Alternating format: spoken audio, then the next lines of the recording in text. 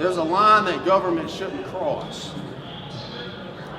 And no matter how they try to talk about it, ladies and gentlemen, this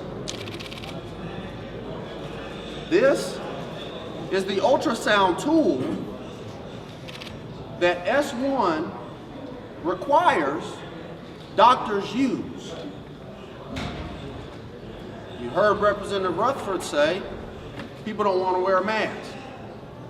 Members of the Republican caucus have been quoted saying that forcing vaccines is too intrusive.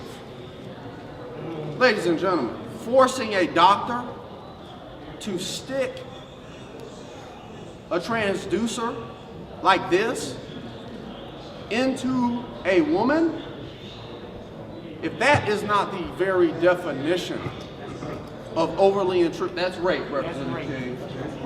It is state-sanctioned rape. And nobody should be okay with that. So that's what today is about.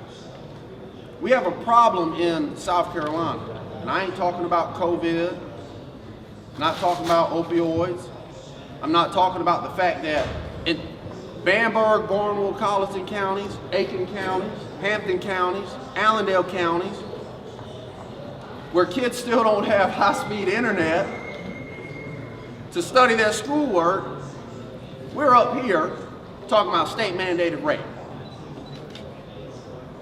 How ridiculous, how utterly ridiculous is that?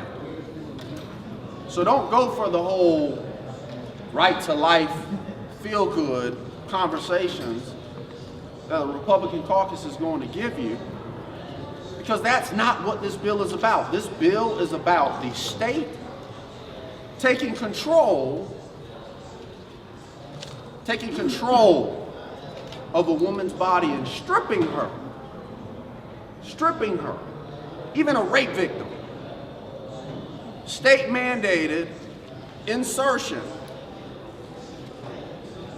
of this, even for a rape victim.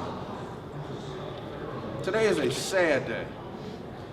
It's a very sad day, and all I can do is continue to pray for the state of South Carolina, pray for our women, and pray for our families. Thank y'all so very much.